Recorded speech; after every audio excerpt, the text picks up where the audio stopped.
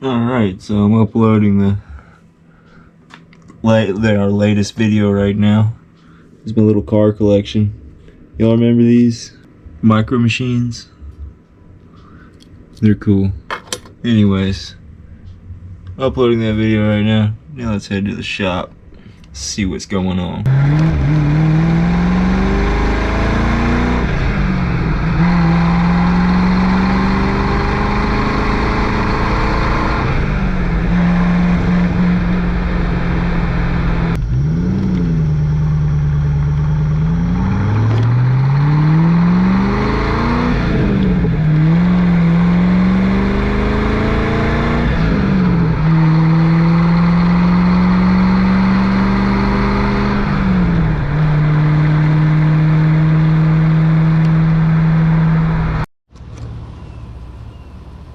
So first part of the day, pulling up to the shop. Michael has discovered his battery terminals being loose on his Harley as he tries to pull off with it.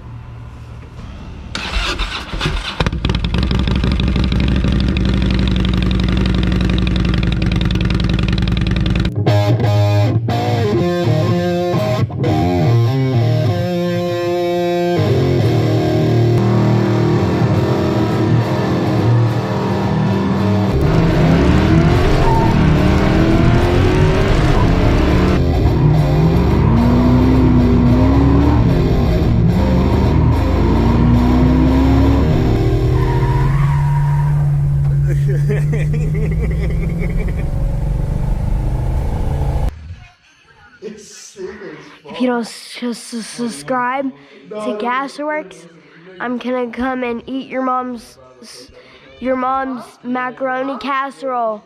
Okay, so we tried to stick the motor in it yesterday and to see where we had room for the header, and we found out that the starter motor was hitting against the power steering box here. So here's where the frame rail is. You can see that right there. See how much this power steering box sticks out from the frame rail. This car originally had like an inline 8 or something in it, an inline motor, so it never had anything like that. There's all the room on the passenger side.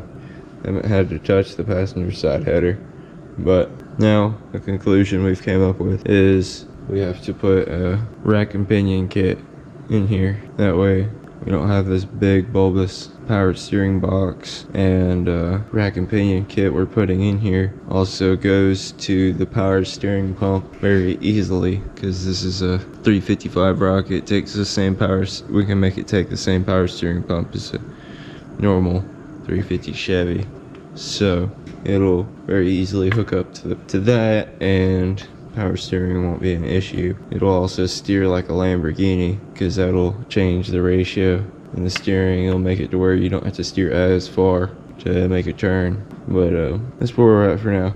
So what I gotta do is I gotta remove this whole ordeal from the frame.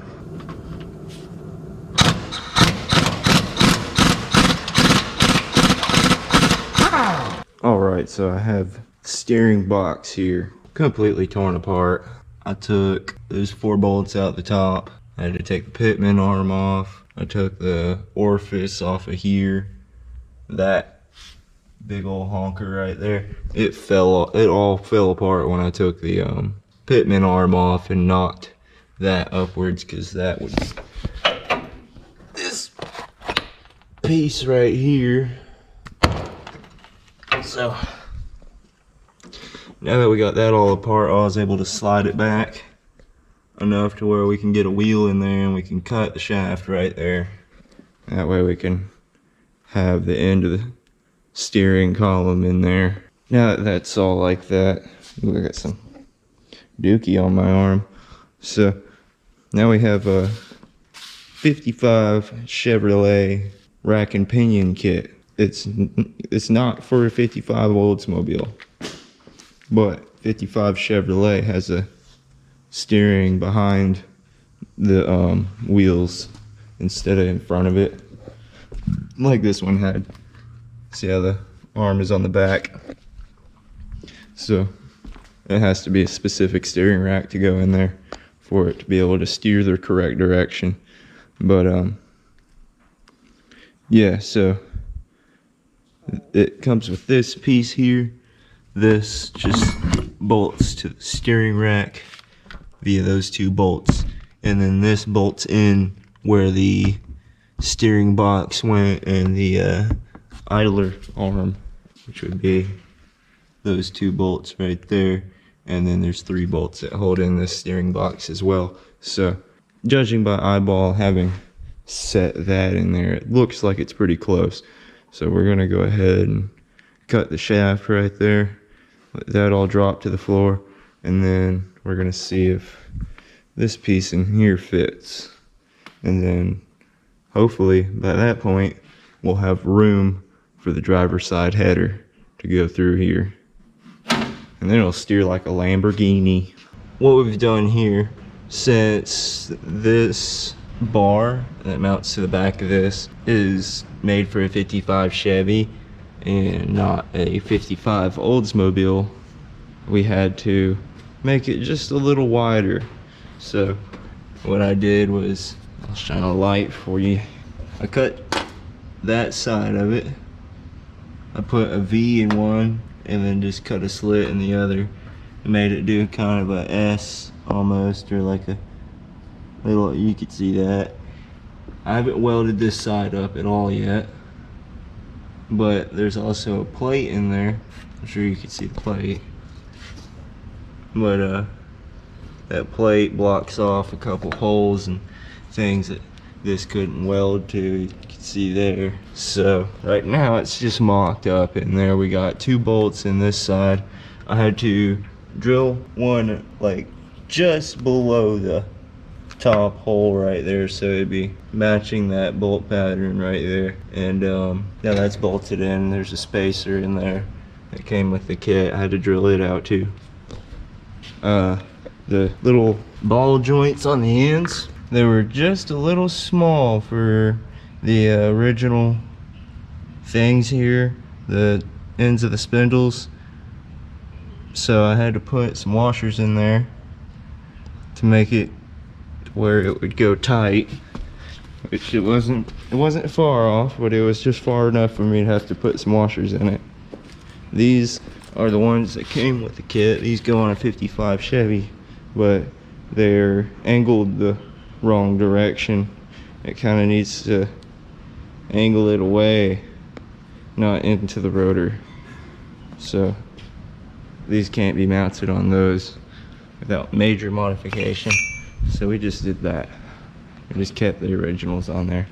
Plus, I would have to tear everything apart to get to those. Anyways,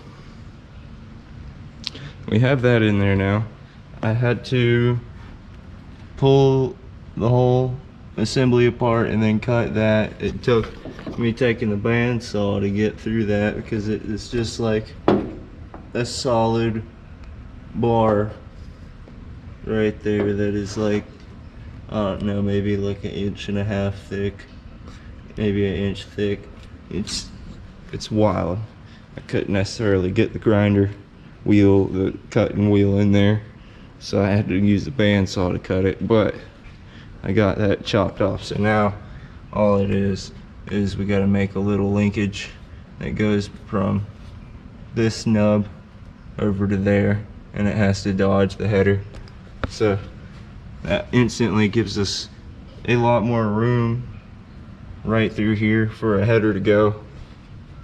And yeah, now we're looking at, it's about time to stick the motor back in there so we can see where everything is before I weld that up, I reckon.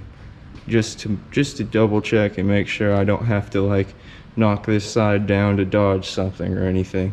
So I'm gonna wait till Michael gets back from his adventures on the tractor.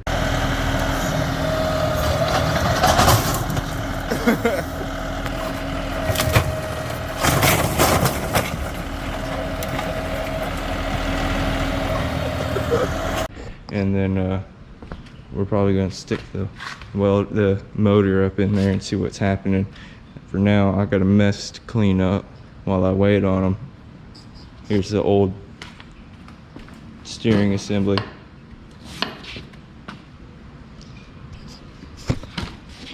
Yeah. Alright, so we have some goodies here. We have some rear brake shoes.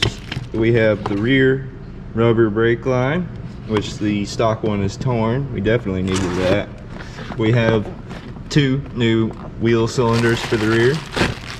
And we have all the hardware, the springs and stuff to fix all of that. So now that we have new brake parts to put on the back of this thing.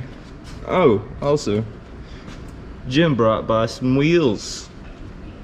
Here we have some old Krager SS's on some nice Kinergy STs, or Hankooks, actually.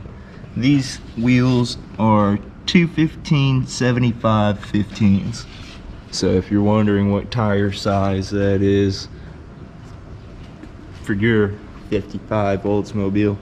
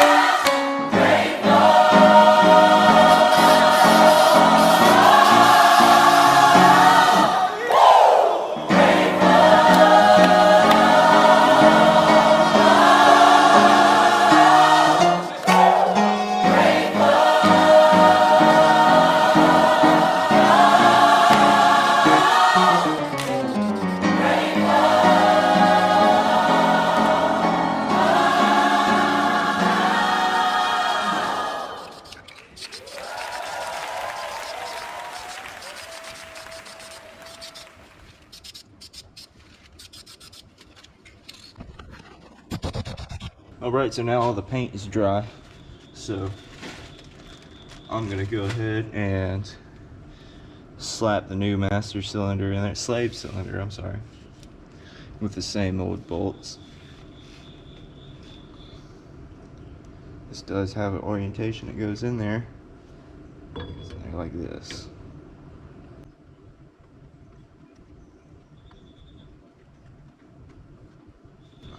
These little tabs here on the side keep the pistons in here from coming all the way out. So you do got to make sure it's not pinching the little rubbers there too hard. There's our new master cylinder. I'm going to take a little anti-seize and just go around these things here just to make sure that everything moves like it should.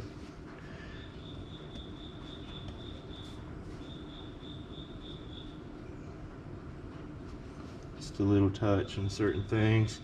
Here's a little adjuster here. I'm gonna unthread it here some. I need to take this off, and just a little dab right there will do. Helps it tremendously. Let's spread that around a little bit. Yeah.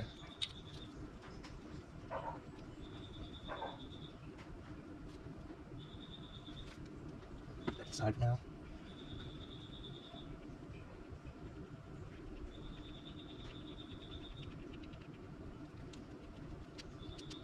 Everything's up, cool.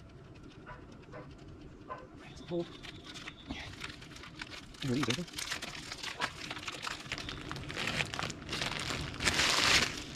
So according to the book, there's a larger pad and then there's a smaller pad. You'll notice one of these is actually shorter than the other. The smaller pad goes in the front, and then the longer pad goes in the rear.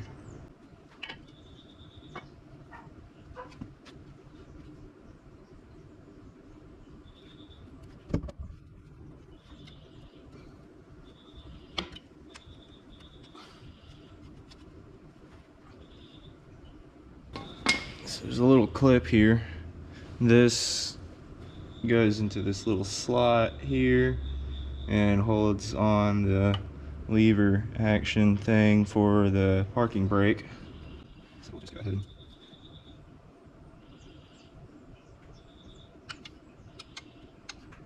stick that in there, and then once it's in there, you're gonna pinch the end of it together. And just like that, clip is installed. That ain't coming out anymore. So now that's in there. Oh, that's right, I got stuff in the wrong place. It needs to go up there. There we go. That's okay, just right on that. It's fine. So.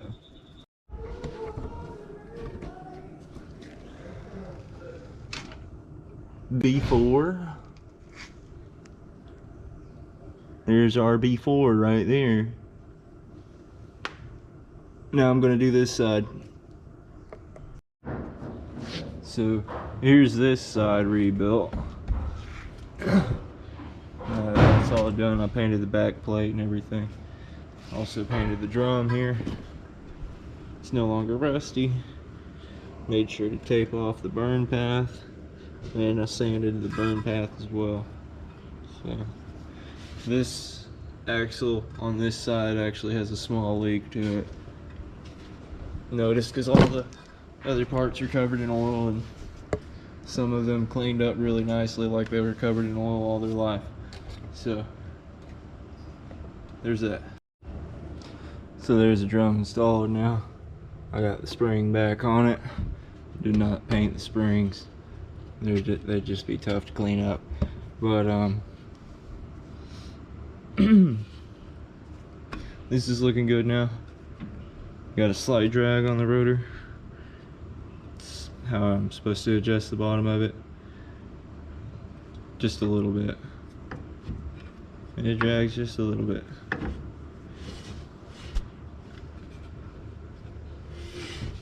So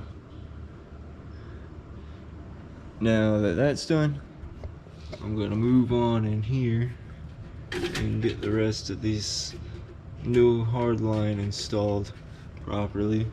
That way once that's all said and done, we can start bleeding the brakes on it, and we'll have brakes on this hot rod. Okay, so now it's another day.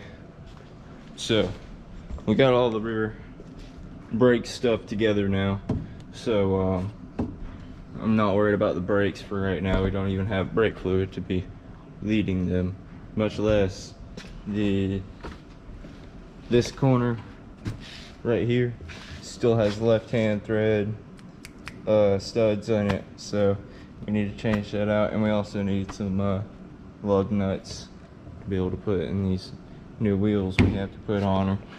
Anyways, so what I'm going to be doing right now is I'm waiting on the transmission cross member mount to dry up after I painted it and cleaned it up. Michael made the whole thing.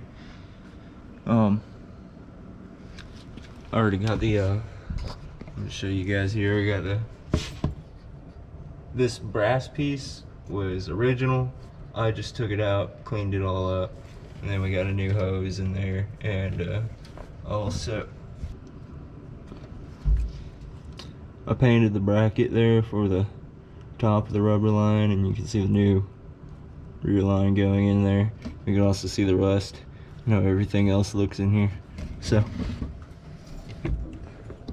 all new lines throughout it, all the way into the master cylinders and stuff. I didn't paint the backs of the dust covers, but the insides of them and everywhere else is painted. So for right now, I'm gonna pull this gas tank back out of here. This is a new gas tank for it. I'm gonna pull it back out so I can weld in that plate up there without destroying our brand new gas tank, and then I'll get back to y'all after I get that plate welded in. It's just a little plate that blocks off a spare tire well right there. It's got a little rust on it right now, but I'll clean that off later. Okay, so with the gas tank removed, we got a little rust on the top of it. We now have this plate tacked in there, so there's a few little holes I gotta patch up. Just the little welding gun right there, I gotta finish that up a little bit better, but for the most part it's in there. And then over here I just took this drum back apart. I just took the drum off of it right there and removed the 4 bolts in this little plate, and the axle just pulls right out of it. I'm gonna get some rag or something so I don't get that all over my hands. So I pulled the axle out. We're pulling this axle out so we can knock the studs out of it and replace those with some right-hand thread instead of some left-hand thread. That way we can put the same lug nuts all the way around on it. And then I do have to remove the other side as well because it's leaking. There should be like a little seal in there or something. Yeah, that seal right there, we're gonna need a new one of those seals. But yeah, I got it on my hands. So we're gonna knock those studs out of that. That way we can figure out what size stud we need, and then we'll be that much closer to having it on the ground. Once it's on the ground, we can make sure that our steering rack articulates properly with the up and down of the suspension.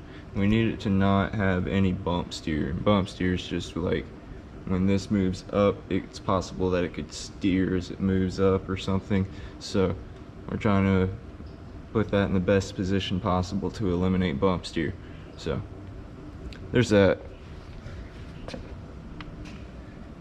And we'll get back to y'all.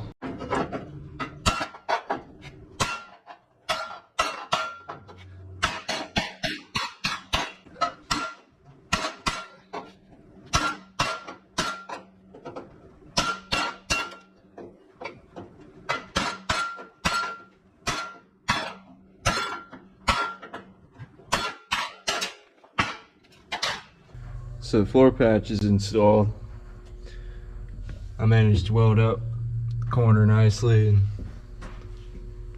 I painted it all with some black spray paint, and then seam sealed it, ran out of black, and we primered it over the seam seal to add a little extra seal to that. After that, I got the tank installed, and Michael's under here working on the exhaust.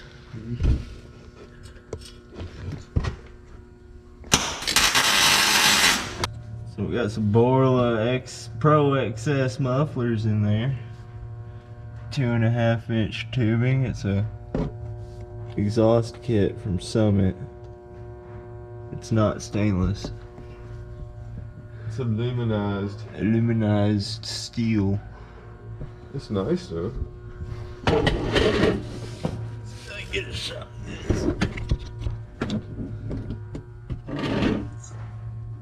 Yeah, it's looking real good in there. Finger width between everything, and then we just gotta copy it that side.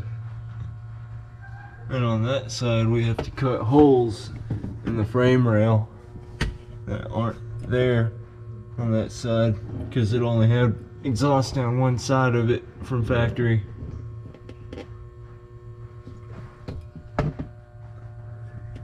You can see there's one hole there, but We'll have to do an oval. you gotta do an oval right there in that rail. Just and like an that oval one. up there in that rail. And another one up here.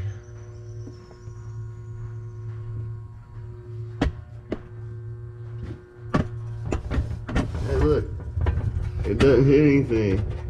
Yes. Well, it does if you do this, but it's just in the jack stand. Yeah. When the motor does a little shaky shake from Jim doing a burnout. Yeah, it's not gonna hit anything. When Jim decides to squall the tires, you won't hear the exhaust rattle. We're just getting the exhaust done while we wait. It'd be a cool car. It should sound nasty. Supposedly it's got the fat cam in it. 500 lift. Yeah. But she'll tell on herself. Yeah. Yeah. Also, if you haven't noticed, we have done a little rearranging of the shop. Don't mind that for sale sign. That car's not for sale, it's just a joke. But Better feng shui. yeah, it's better feng shui. It looks cooler with the for sale sign in the windshield. So we've done a little rearranging in here. Been cleaning up a whole lot. We got some big things in plan. Big things in store for y'all. So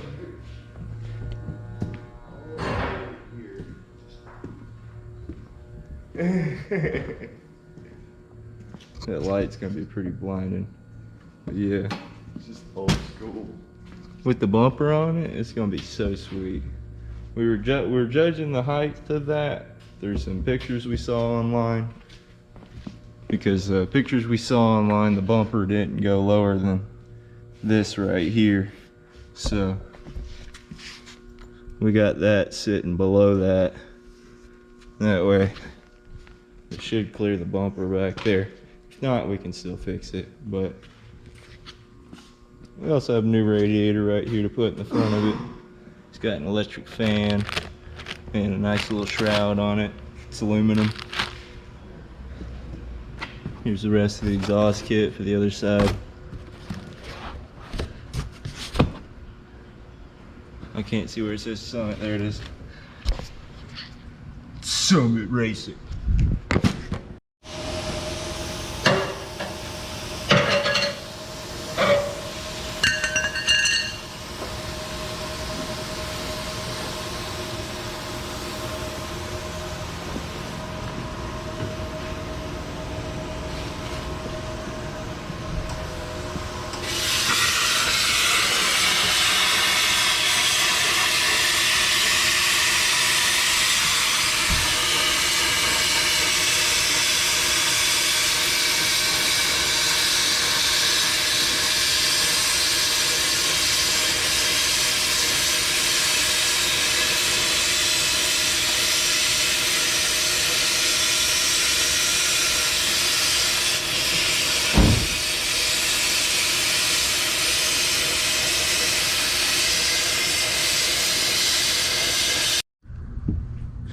Alright folks, and if we look to our left here, we'll see Isabel.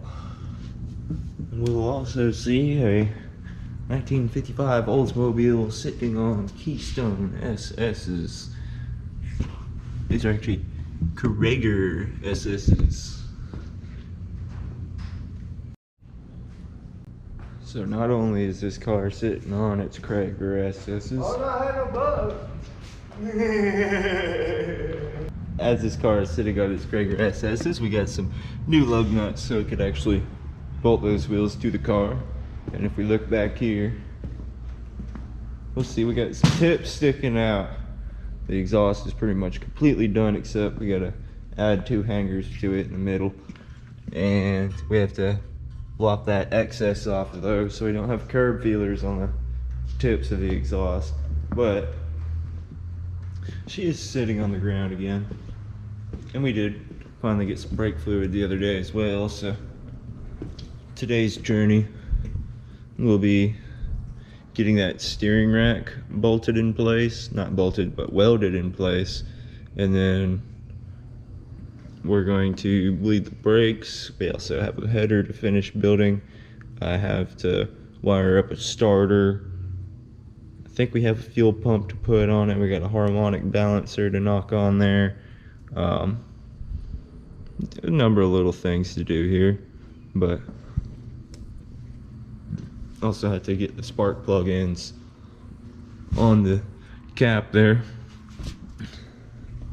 And I don't know, Jim, we might be replacing that steering column with something else. We'll see. Those are the plans for today.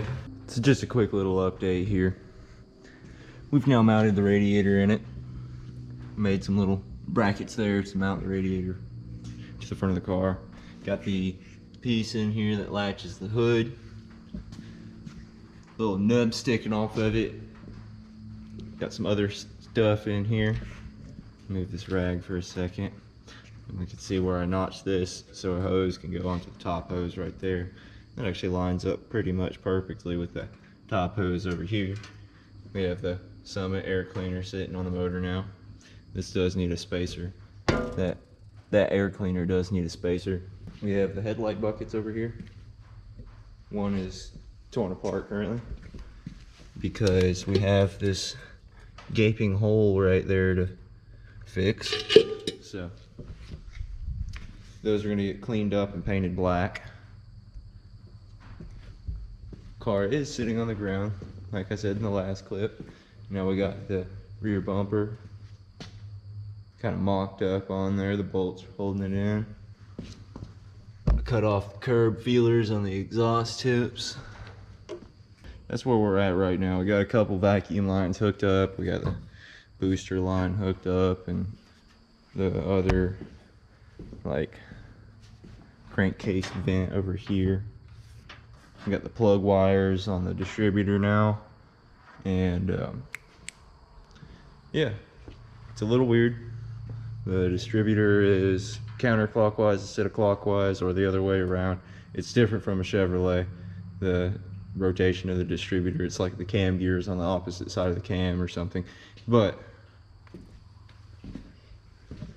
there's that for right now. We'll get to y'all with another update soon.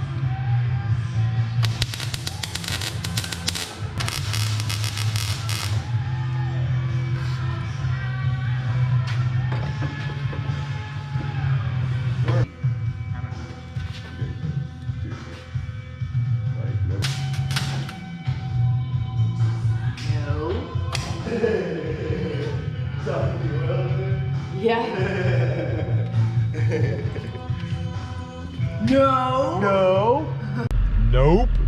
I like big butts and I cannot lie. You other brothers can't deny. It's like, yeah.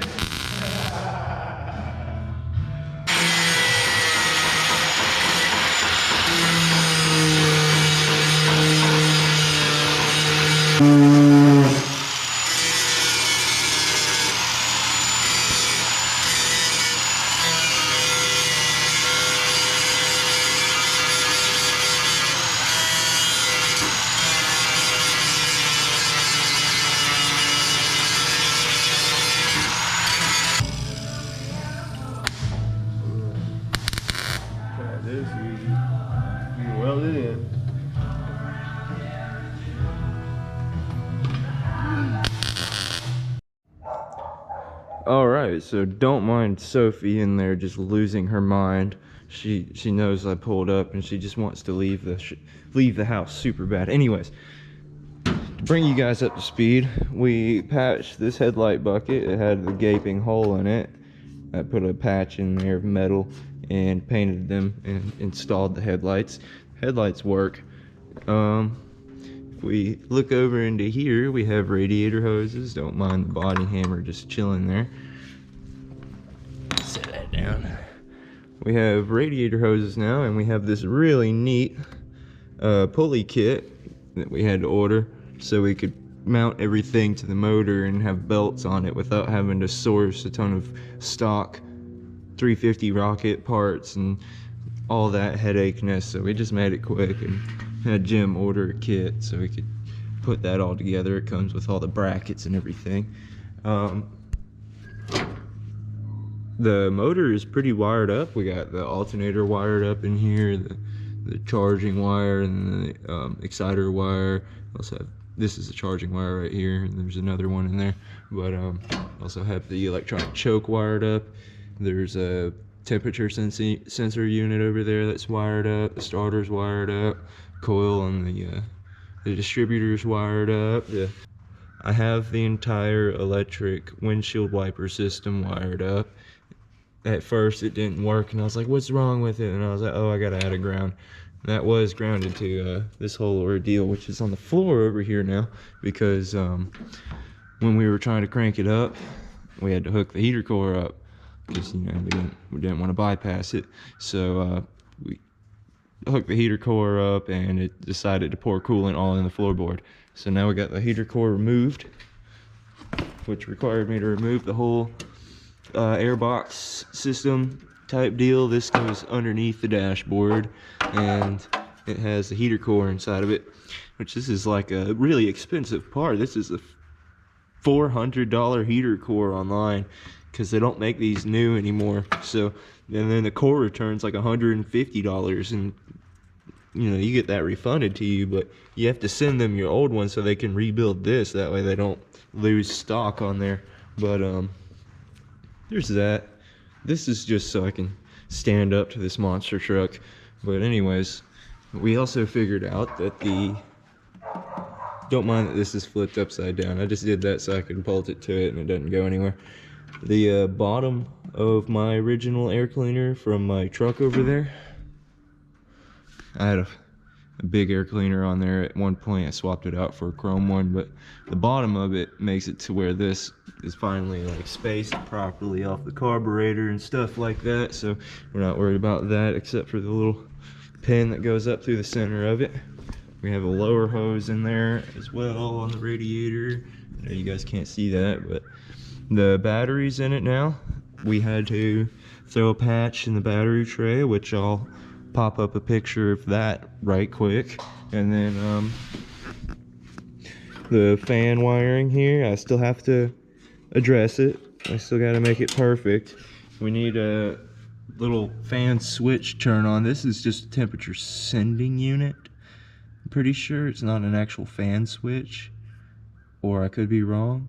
I have no clue. I have to rewire this relay to where when that grounds out, it kicks on that relay, and then I have to add a second relay to the ignition system.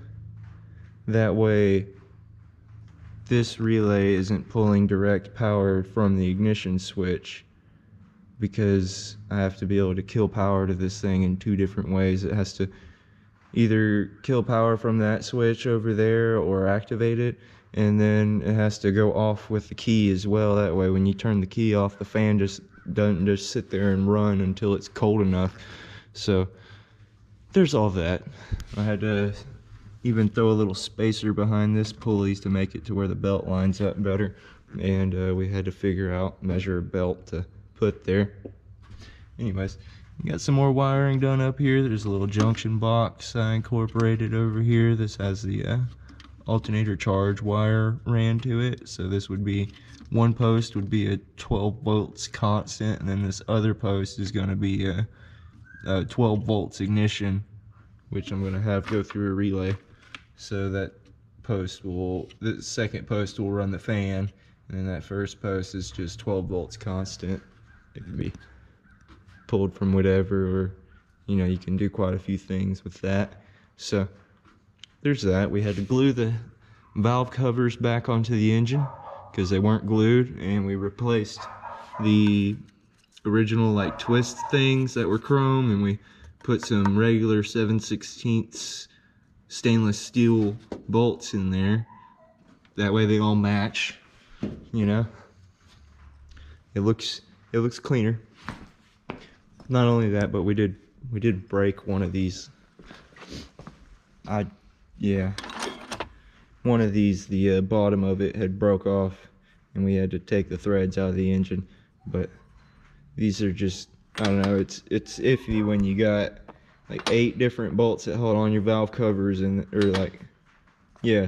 be 16 bolts that hold on these valve covers, and then you only got 8 of these.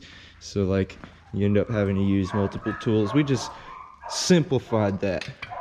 So there's all that. We got like I said, we got the heater core and stuff removed from it.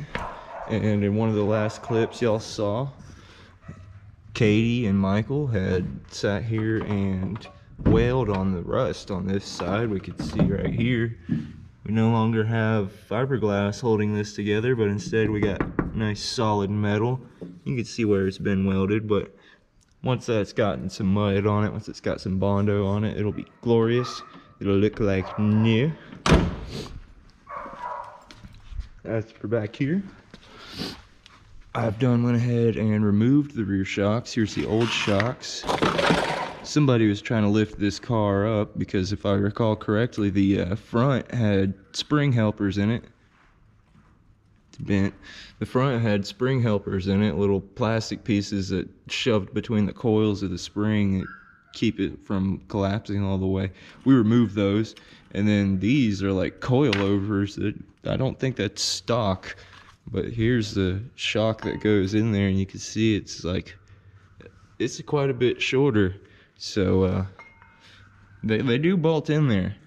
I just have to have somebody sit in the trunk so I can get the top bolt through it, and then it just lowers it just a little bit. So this will be sitting right. We got this axle removed so we could mess with the axle seal, which is missing. I had it set over here somewhere. It's gone. Anyways, we got this whole list right here to go over. So we know about the axle seals. We know we have to get that done. Power steering lines, we got the pump in there, and we got the rack in there, but we need the lines to run between those two. We gotta make steering knuckles, which we're gonna try to not get rid of that steering column. We're gonna try to make an adapter that fits over the large output shaft and adapts down to a normal one, because once we make the adapter, we can take the adapter out, put it on the TIG welder, weld it all up, make it solid.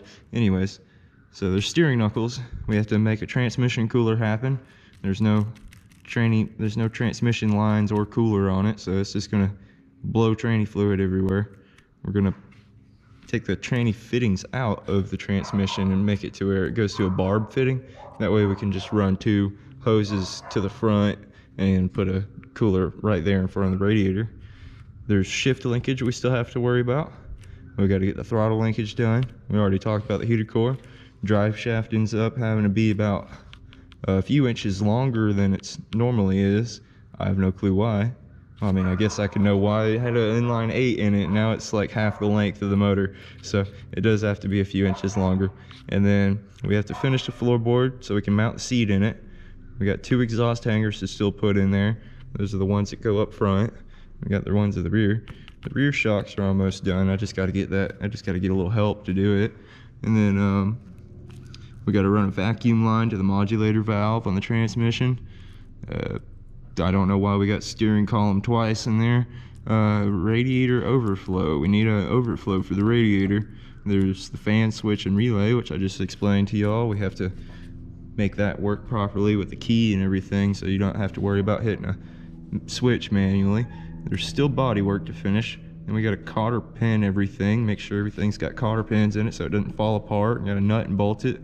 Then we got to square the car up, and there's also an oil pressure line we got to hook up still. So there's a nice big list there of stuff to do before this is completely finished, but we're almost there. We're almost there. I don't know how you would consider that almost with that big of a list for us to finish.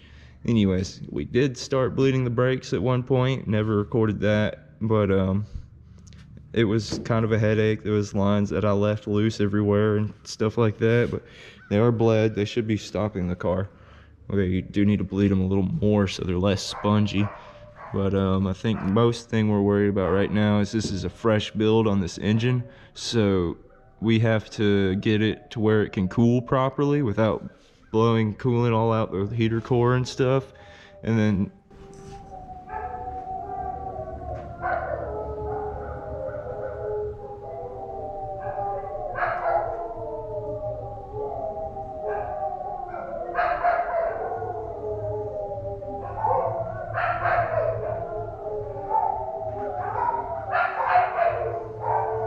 oh, they're so sad in there. They're so sad. Okay, so we have to get the heater, we have to get the cooling system working properly. That way it doesn't overheat on us while we break the motor in, because this has never been ran before type deal. We've crunked it up just every now and then just to make sure we're doing things right, you know. We had to, there was a lot of plugs we had to put in this. There's like one back there, there's two on the other side, there's one big plug right here. These are all like holes that were in the runners and stuff, I guess to run vacuum stuff on a 79 Cutlass, because everything was vacuum system back then. But we got all those holes plugged off so it would run right and stuff like that. We could tune the carburetor, make it idle, or just about idle correctly.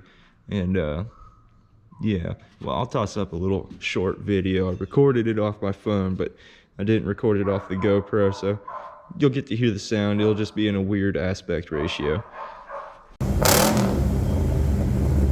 Hit it again. Do it again. That was mint.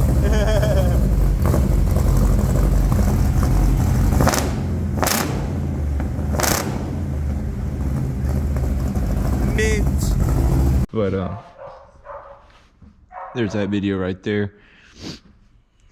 We did get it running for a short time just to hear how it sounds and stuff like that, but to actually break in the motor and run it long enough, we need to get the cooling system figured out so we can have it staying cool while we're trying to make the cam break in and the pistons to the cylinder walls and all that stuff. We're gonna have to sit there and run it for about maybe 30 minutes or so at about 2,000 RPMs, while giving it just a little bit every now and then to give it a proper oil splash and stuff like that.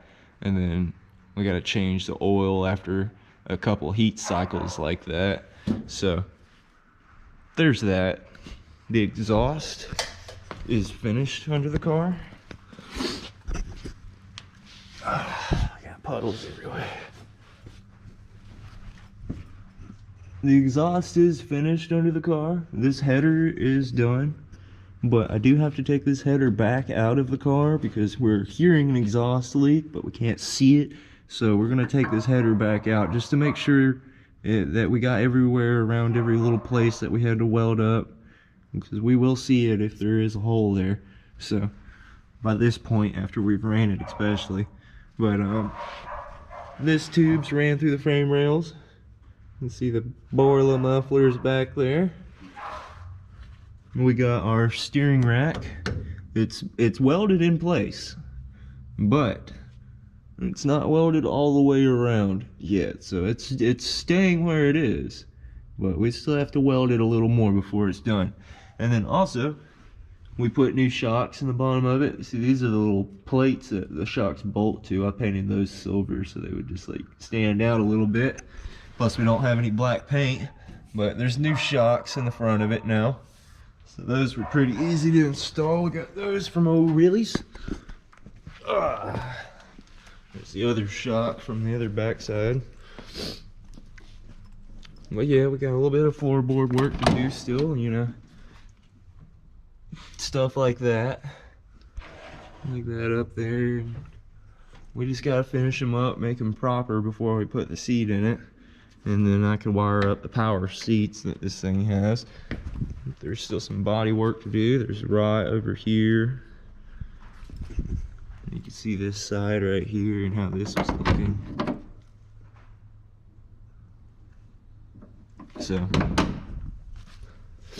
there's still some rot to finish up, and then we got the rear bumper on it. I think y'all seen that. We got the tips sticking out. They're looking widwicky. So just a quick update. Just want to keep y'all informed on what's happening, and I will catch y'all in a few seconds if anything else happens today, but if not, thank you for watching Gasworks. Make sure you like and subscribe. That's gonna keep food in our bellies if you like and subscribe, so we don't starve to death, and so we can know to keep making these videos, because there's no point in making these videos if I'm gonna work hours and hours on end on these videos and only 16 people watch them. But those numbers are going up, so